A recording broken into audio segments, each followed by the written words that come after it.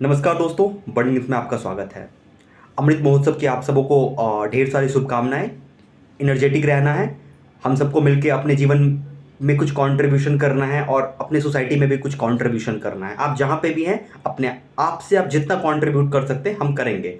हम देश के लिए कंट्रीब्यूट करेंगे अपने हिस्से की।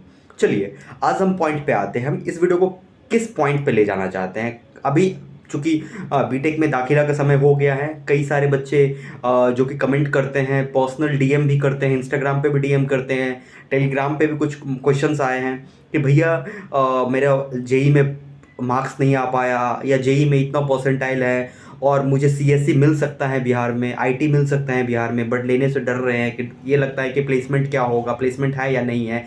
तो थोड़े से कंफ्यूज्ड हो, और इस चक्कर में क्या होता है, बहुत सारे अच्छे स्टूडेंट जो है किसी प्राइवेट कॉलेज में चले जाते हैं और वही बहुत हैवी अमाउंट आप पे करते हैं, बाद में आपको वही एआईसीटी का डिग्री मिलता है।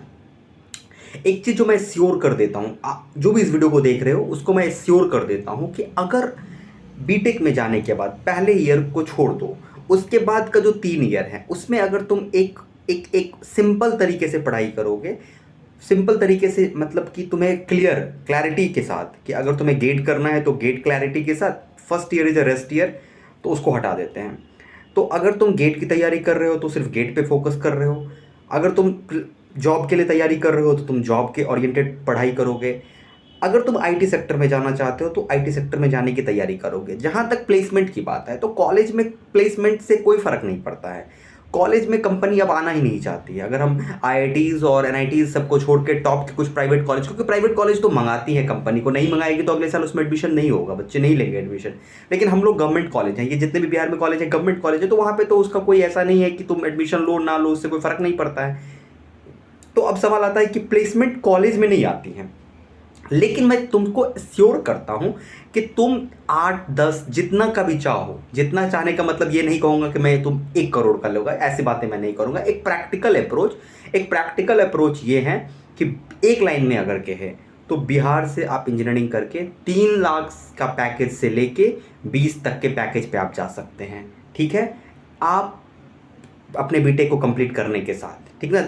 मैक्सिमम बच्चे 3 से 8 के बीच में रहते हैं, कुछ बच्चे 8 से 12 के बीच में रहते हैं, और कुछ बच्चे 10 से 20 के बीच में भी रहते हैं। लेकिन वो तमाम बच्चे जो भी प्लेसमेंट लेते हैं वो खुद से लेते हैं।